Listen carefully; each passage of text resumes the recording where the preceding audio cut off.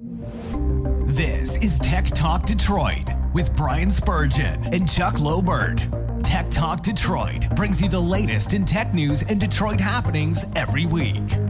Welcome back to Tech Talk Detroit. It's been a couple of weeks, but I'm here, Chuck. I'm here with Brian.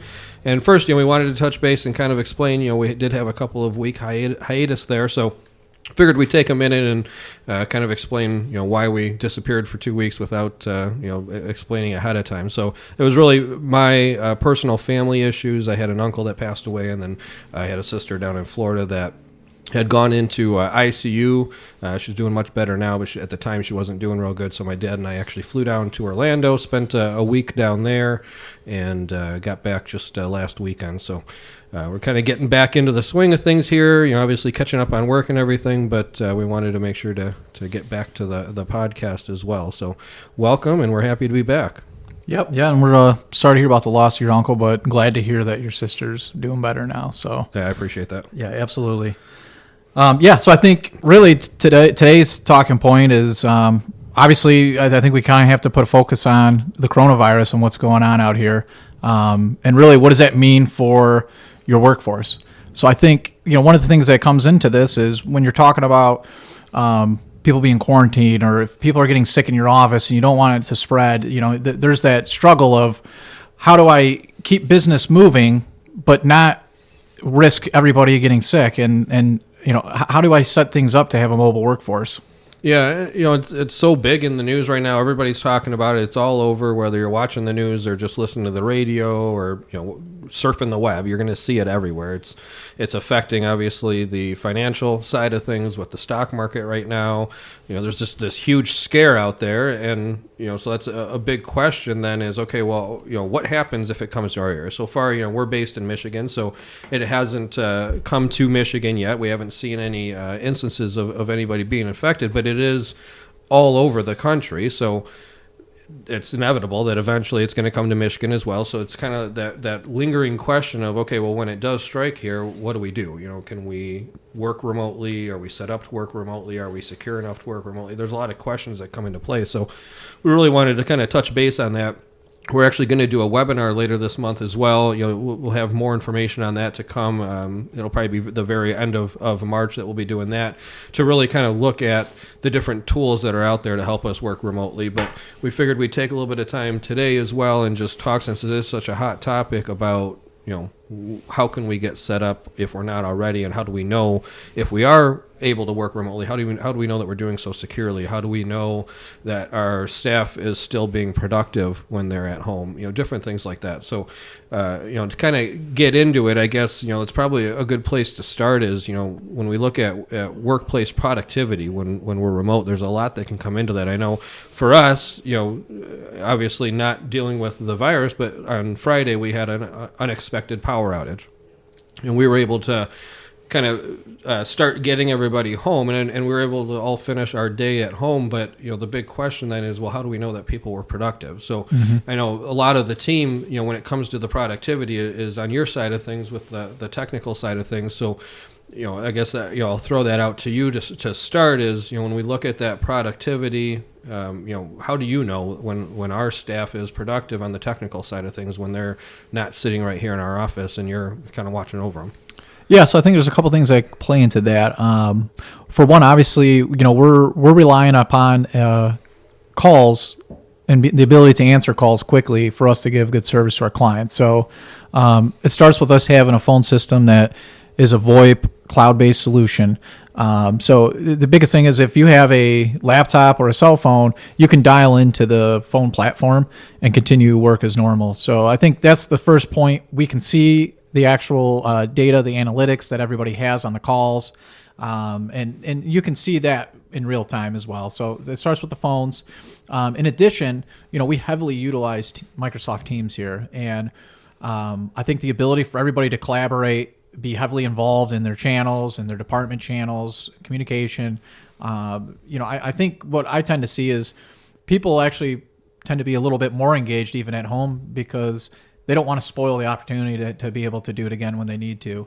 So I think ultimately, it's a combination of having the right tools in place, so that way when you are working from home, your productivity doesn't suffer. And then also, I think it's having the analytics in place to make sure that the data is consistent with what you would expect from a normal day-to-day. And I think we do a good job of utilizing both. Yeah, I think that makes sense. So it's, I think for other companies, the more that they're in the cloud, the more data they probably have to be able to really see how productive people are. So, you figure if you're on Office 365, let's say you're on SharePoint, you can see stuff like, what files were accessed, and you can see really if people are collaborating on things, if people are actively working on documents, or if they're at home, not, getting their home project done or whatever it is instead of working. And then obviously the big thing, as you mentioned, is the telephony. So if you have a phone system that allows you to be able to work anywhere, to be able to have an app on your mobile phone or on your computer, different things like that, you can still see all of those call analytics and the how many calls are being made, how much time is being spent on the phone, different things like that. So that definitely helps as well. I think one of the other big questions then is when we talk about security, it's obviously a big topic. It's one that we've talked about a lot, but that opens up now another question of, okay, if I am not working within the confines of my network and I'm not working within the confines of these four walls, well, now what do I have to worry about with security? So again, that's where a lot of the different things that we've talked about, like multi-factor authentication, just having secure systems, all of that kind of stuff can come into play. But there's other now things that you still have to be worried about, like are they using their home computer? Do they have a company provided computer that's properly protected and everything? And I know there's some tools in Microsoft that you're a little bit more familiar with that can kind of help with that as well. From the standpoint of, let's say they are using their home computer, how do you ensure that device is properly protected before giving it access to your company data? Yeah, so I think that's a good point.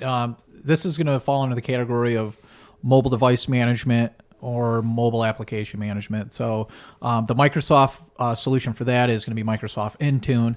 And ultimately, that's exactly how we set things up. So we're talking about here is more of conditional access policies. And you're saying when you're in the office, when you're within the walls of your building, and you're on that internet connection, there's a different standard of rules that applies separate for somebody accessing the same data sources when they're working from home, for example. So, here we would not require somebody to do an MFA token every single time they launch Outlook in the office, because the person's here, they're working, they're on our secure internet connection. We're okay with them opening Outlook. However, when they're launching it from a remote or an unknown location, then we do enforce the mobile or the multi-factor authentication.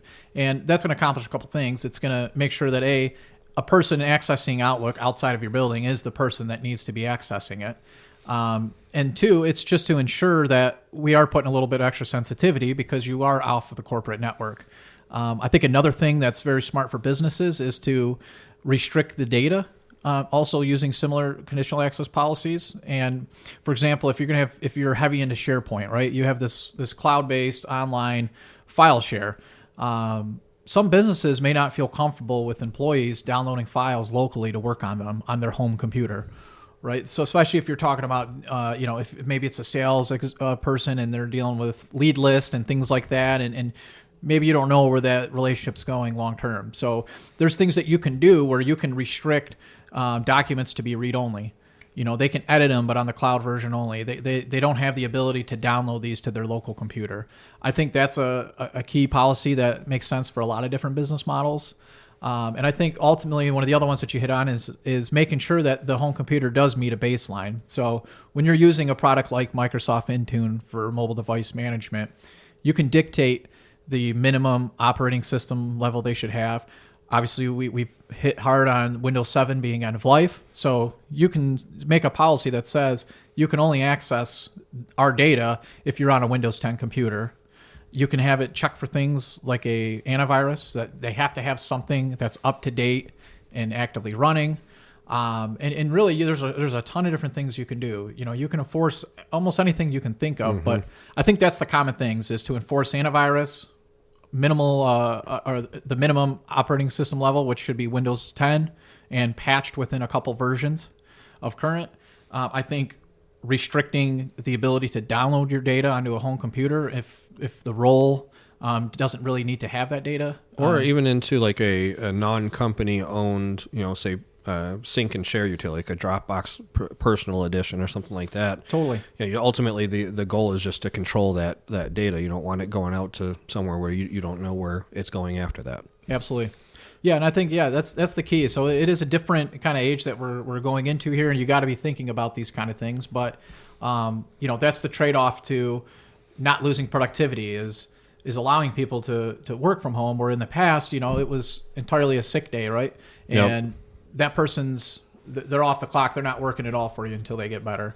So I think there is some advantages there. You're not forcing people to use vacation time for when they're sick, especially if they're still able to work. They just they're a risk to infect other people. So I think that's that trade-off, but you should never do it at the compromise of security. Right. And I think that's the big thing is, with this latest, coronavirus is we're talking about self-quarantines. Who knows if the government may not come out with a, not so optional quarantine type thing. You never know what's going to happen. And, it's rare for somebody to be in a position where they can be gone for 2-3 weeks and not have the company feel the impact of that. So if they're not actually sick, but they just may have been exposed, and so they've kind of self-quarantined themselves or something like that, to be able to still get productivity out of them, have them still be able to work, it'll help them, so they're not coming back to a huge workload now after that, and obviously it helps the company to have everybody be productive during that time as well. Yeah, absolutely. And you're seeing a lot of large companies adopt their own policies like this, and I think you're just going to see this become more prevalent among other businesses as well in adopting that model. I mean, I know there's companies that are putting travel bans to certain, even states within the United States, not even countries. And basically, if you decide to travel there, then you have to kind of work remote. You have to have this quarantine period before you come back into the office. And I think, so yeah, I think this is a real important topic now, and it's just a reality. And it goes beyond coronavirus, right? That's put a focus on this topic now, but really this can be anything.